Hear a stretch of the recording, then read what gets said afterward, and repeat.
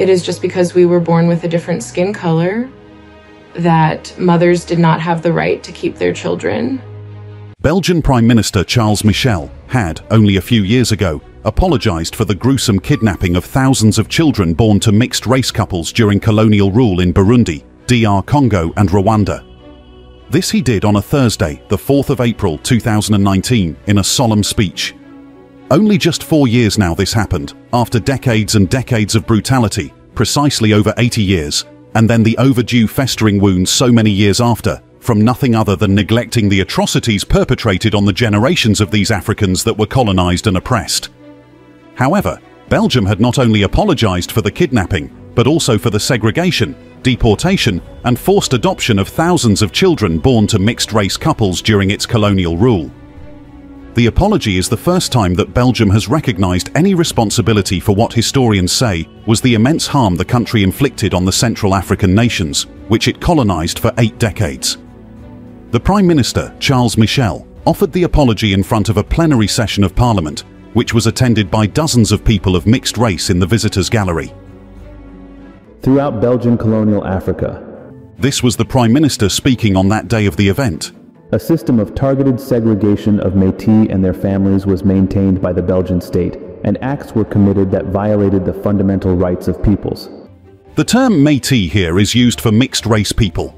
The Prime Minister isn't done with his speech yet. This is why, in the name of the federal government, I recognize the targeted segregation of which Métis people were victims under Belgian colonial rule in Africa, and the ensuing policy of forced kidnappings after independence. In the name of the federal government, I present our apologies to the Métis stemming from the Belgian colonial era and to their families for the injustices and the sufferings inflicted upon them. I also wish to express our compassion for the African mothers from whom the children were taken. Did he just use the term taken? The atrocity done was every other thing but the word taken. Ripped off, wrenched apart, snatched away, torn. Those are the kind of words befitting the action, not taken. However, thus the Prime Minister had said in his speech. But some experts on colonial history had noted that Belgium's apology came rather late, nearly 60 years after the 3 countries gained independence. Racial segregation was a pillar of Belgian colonial rule, historians would agree. Until the late 1950s, the colonial authorities discouraged interracial romance and banned interracial marriage before the Catholic Church. Many white Belgian men, nevertheless, married black Congolese women according to local customs, producing children sometimes called Métis. But in the eyes of Belgium, these children undermined official segregation policies and blemished the white race's prestige, official documents from that time show. Fearing a repeat of the Red River Rebellion in Canada, which happened 1869 to 1870, when Métis people revolted and overthrew the local government, the Belgian authorities ordered all the Métis children in Congo to be separated from their families and from the black population as a whole. An estimated 10,000 to 20,000 children were segregated from their parents, most often from single African mothers, and placed in orphanages and schools predominantly run by the Catholic Church. Assoumani Boudagua, age 65, a Belgian engineer and amateur historian who was born in colonial Congo and whose family experienced the separation of mixed-race children, had this to say. Children born out of parents of mixed color during colonial times were always considered as a threat to the colonial enterprise, to profits, and to the prestige and the domination of the white race. Mr. Boudagua was a co-author of a parliamentary resolution that was unanimously adopted last year, urging the government to apologize and recognizing Belgium's misdeeds regarding the mixed-race children with the complicity of the Roman Catholic Church. The resolution also demanded that the government open up its colonial archives and grant administrative help to hundreds of people in Congo and in Belgium who still do not possess their official birth certificates, and to those who wish to reconstitute their true family history. Around the time when Belgium's colonies gained independence, in the early 1960s, thousands of Métis children were taken from Burundi, Congo and Rwanda to Belgium, where they were either adopted by white parents or raised in Belgian boarding schools. Many are still alive today. The Catholic Church apologized in 2017 for its participation in the kidnapping and segregation of Métis children and in the banning of mixed-race marriages. In a letter, the Belgian bishop stated, "Many never knew their mother or their father, and many mothers never saw their children again. For a long time, they couldn't fully exercise their civic rights, and a large number later found itself on the margins of Belgian society in insecurity and hardship. The letter said, "We present our apologies to those people for the part taken by the Catholic Church in these deeds." And just hold on a second, amazing viewers. If you've gotten up to this point in this video, then it would mean that you've actually settled in and are having an interesting viewing already. Don't forget to kindly support our works if you are yet to by hitting that like button in front of you. Share video with your friends and families to keep spreading our eye-opening black narrative, and kindly subscribe to stay put for more interesting contents in the way. We are delighted to have you always with us. Now let's get back on track. The Métis children born to Belgian settlers and local women were forcibly taken to Belgium and fostered by Catholic orders and other institutions. About 20,000 children are believed to have been affected. Most fathers refused to acknowledge the paternity of their children. The children were born in the 1940s and 1950s and taken to Belgium from 1959 until the independence of each of the 3 colonies. Some of the children never received Belgian nationality and remained stateless. Speaking in the Belgian parliament, Mr. Michel said the country had breached the children's basic human rights, seeing them as a threat to the colonial system. It had, he said, stripped them of their identity, stigmatized them, and split up siblings. Last year, Belgian MPs called on the government to help the affected children find their biological parents and also gain Belgian nationality. Meanwhile, their mothers have also been searching for their children. The groups Mixed 2020 and Métis de Belgique say many of the kidnapped children suffered deeply as a result of their experience. Many still had no access to birth records and remained unable to find their mothers or their Belgian fathers, who, the group said, were often well-known figures.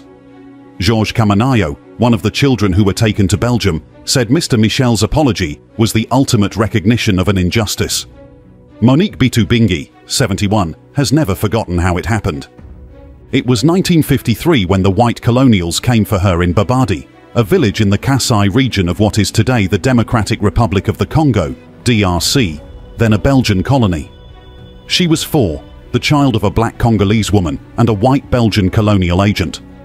Because she was mixed race, she would be forced to leave her family and live at a Catholic mission. If she stayed, there would be repercussions. The men, farmers, hunters and protectors of the village would be forcibly recruited into military duty and taken away. When the time came to leave, her mother was not there to say goodbye. She had left, unable to watch her daughter go. Monique remembers traveling with her uncle, aunt and grandmother who carried her. She could tell something was wrong from her grandmother's sadness. They walked west for about 2 days, crossed a river and slept in cabins used for drying cotton. When they reached Dimbalenge, they hitched a ride northwest on a truck carrying the body of a woman who had died in childbirth. It was headed for Katenda, in today's Kasai Central Province, where the St. Vincent de Paul Sisters mission was. Monique fell asleep. It must have been a Wednesday because weddings happened on Wednesdays, and when she awoke outside the mission, she saw a young Congolese couple, the bride dressed in white, and strangers everywhere. But her own family was gone. She remembers walking through the crowd, crying, until an older girl from the mission brought her inside to the others. Among the countless abuses committed by the Belgian state during its colonial occupation of the Congo from 1908 to 1960, taking over from the exploitative and violent rule of King Leopold II, which killed millions of Congolese, and its control from 1922 to 1962 under a League of Nations mandate in Rwanda-Urundi, today Rwanda and Burundi, is the little-known systematic abduction of biracial children from their maternal families. This abduction policy has brought lifelong pain and consequences for the Métis, as they are known in French, who have tried to piece together stolen identities and histories. It's a catastrophe, says Evarista Nikolakis, 74, who is Métis.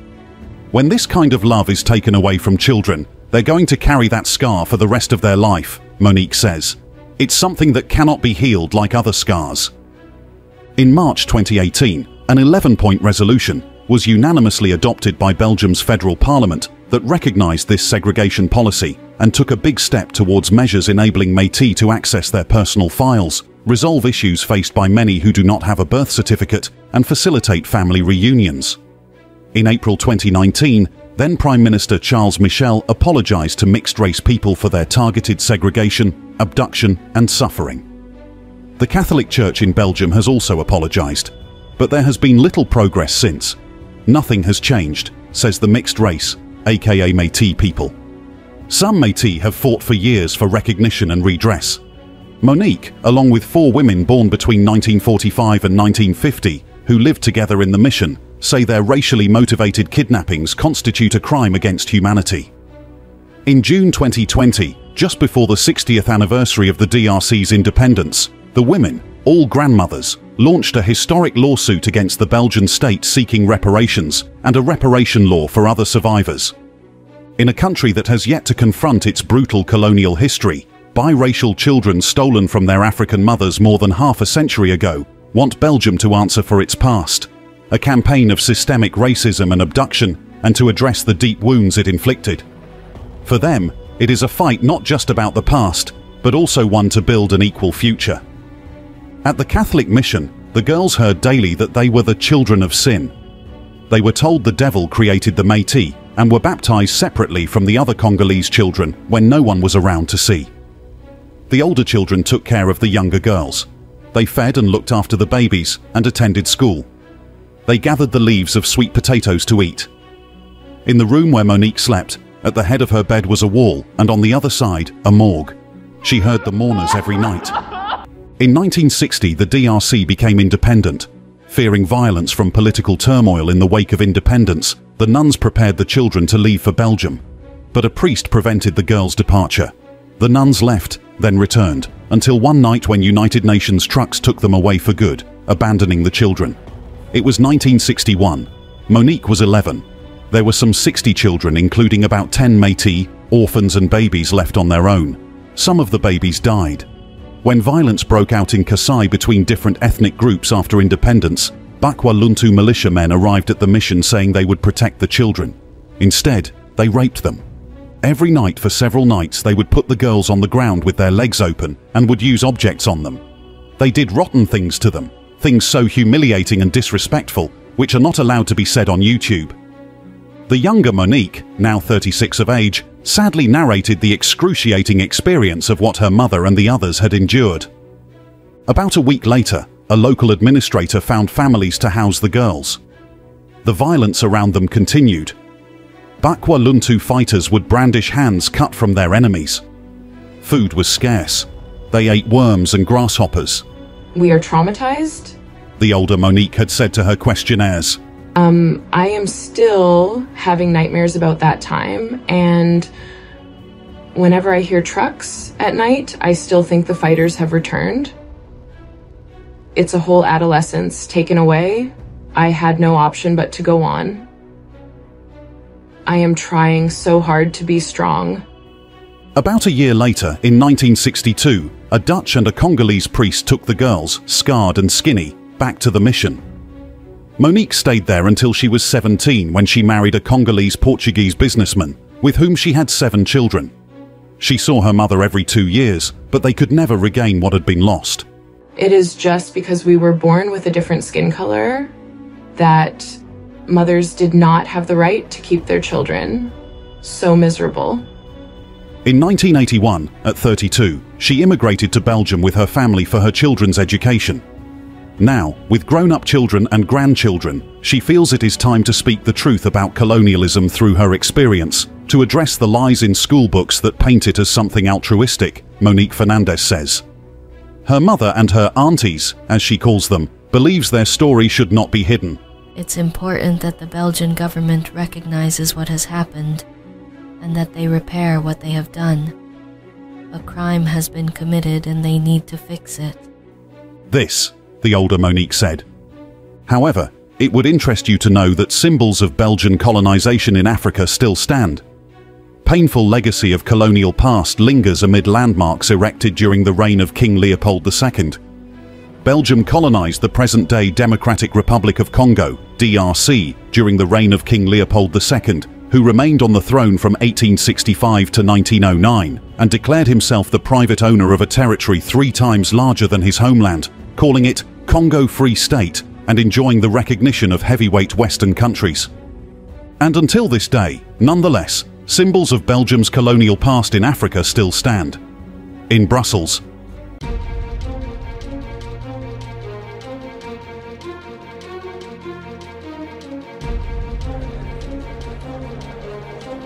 Brussels, the most densely populated region in Belgium with over 2.5 million people, happens to be the capital region of Belgium.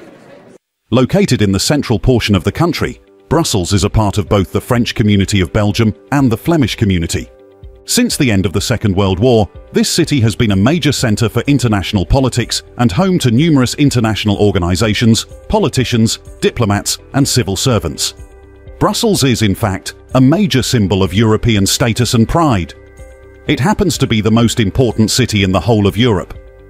Brussels became the capital of Belgium when it became an independent country in 1830, and in 1958 was made the seat of the European Economic Community, the precursor to today's European Union. The point to this whole brief on Brussels, the capital region of Belgium, is the enormous amount of wealth amassed by Belgium from its African colonies, especially DR Congo, under the reign of King Leopold II, is glaringly evident in the blinding beauty you see all over Brussels, and generally, Belgium. In fact, by equipping Brussels with all the notable landmarks and economy, the whole of European countries surrounding the city have as well been equipped. This is the African wealth we're talking about here, used to build most of the Europe that you see today. Here's a fact check. Belgium's economy has been so built over time from exploiting her African colonies that it has been amongst the richest countries in the world. Every Belgian in the country has been quietly living off this wealth which has been accrued over time. Global Wealth Report 2023, conducted by Credit Suisse and UBS, has it that Belgians are the richest people in the world. The evidential indications of this findings were widely covered by the Belgian press. The Wealth Report concluded that the level of individual and household wealth in Belgium is the highest in the world. The benchmark used was household net wealth, namely the difference between a household's assets, possessions, and liabilities, debts. The survey confirms that Belgian households are indeed relatively wealthy. The average Belgian household held net wealth of €408,000 in 2021.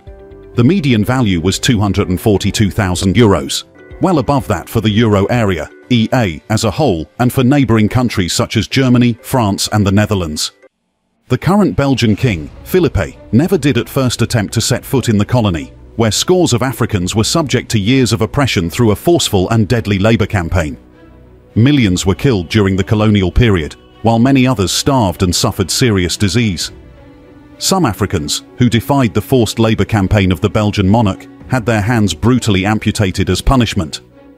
While the count of Africans killed in the Belgian colonies is not accurately known, estimates suggest that it is between 9 and over 10 million.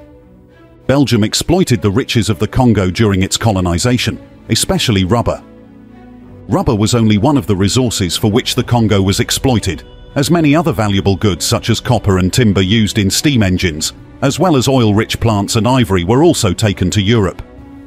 In a bid to prove himself a good king to his subjects, Leopold II had used some of the riches he extracted from the Congo in building landmarks in Belgium, many of which are still standing, though some people argue that they represent the ghost of Leopold II still lingering in Belgium.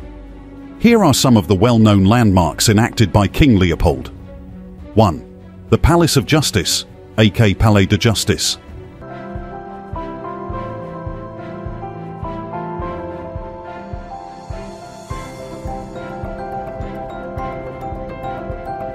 Arguably one of the most expensive man-made structures, the Palace of Justice was completed 17 years after construction began in 1866. And wait a minute, 17 years? For a construction to reach completion? Did that hit you? Can anybody imagine the resource it took to build something that took that long to build? Can anyone imagine the wealth it must have taken to accomplish such a feat? Must have been quite a celebration. So much wealth that must have sucked away from the Congo. Situated on giant pillars and accommodating many works of art within its walls, the building called the Palace of Justice is known as the world's largest courthouse and covers an area of 40,000 square meters, that is, over 430,000 square feet. 2. Cinquantenaire Park. Located in central Brussels, the Cinquantenaire Park contains one of Brussels' primary symbols, the Triumphal Arch, along with museums of the armed forces, military history, and royal art and history. The 30-hectare Parc du Cinquantenaire which translates from French into Park of the 50th Anniversary, accommodates many sports and cultural activities and is often compared to Central Park of New York. Notably, the park houses the city's oldest mosque, which opened in 1978. 3. Museums exhibiting Africans. Leopold II had the Palace of Colonies built in the town of Tervuren near Brussels. It then was renamed the African Palace and is now as a museum. Likened to the Palace of Versailles in France, the building was expanded through the years, and the large park and road leading up to the building and tramway are all the work of Leopold II. He had commissioned the building to host the Brussels International Exposition, held in 1897. The colonial section of the expo was held in the building where artwork, cultural assets and riches brought from the Congo were put on display. A total of 267 Africans brought from the Congo were exhibited in 3 villages in the area which Belgians would visit to observe them behind a wire fence. Leopold's primary motivation was to use the project as a propaganda tool and make colonization appealing for investors, while also seeking to build public opinion in Belgium to demonstrate his virtues as a leader. Today, tens of thousands of artifacts transferred from the Congo are still present in the facility. The government of Belgium, for its part, has launched a program for their return to the DRC. Many of Leopold's statues and busts are still on display in various parts of Belgium.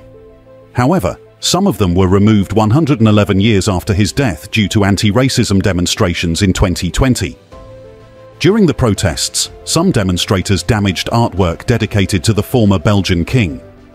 Their stance against the country's colonial past prompted the government and current King Felipe to take action. Philippe said he deeply regretted the pain and suffering his country caused in the DRC, becoming the first Belgian king to make such remarks. He personally went to the DRC in June for his first visit to the country since ascending to the throne. In closing, the story of the 20,000 children severed from their African roots and their mother's love is a stark reminder of the darkest aspects of colonialism. Yet within this tragedy lies the potential for profound healing. Let Belgium's apology be not just a murmur of regret, but a resounding commitment to acknowledge its role. Let these children's stories, whispered for generations, become a chorus for understanding. Imagine the tapestry of lives woven anew, lineages traced, families reunited, identities embraced. This isn't just about the past, it's about the legacy we build. From the ashes of this tragedy, Belgium and Africa can forge a stronger bond. Educational initiatives can illuminate this dark chapter, ensuring such violations never repeat. Cultural exchanges can celebrate the rich tapestry of heritage these children embody. These 20,000 stolen lives stand as a testament to the enduring power of the human spirit.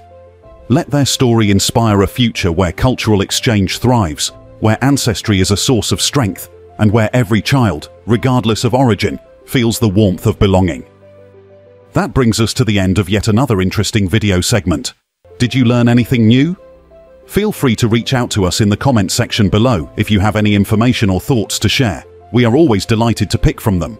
Support our work also by hitting that like button in front of you. Share with your friends and families to keep spreading our eye-opening black narrative, and kindly subscribe to stay with us for more, whilst you also keep the channel growing. We are glad to have you. Thank you for watching.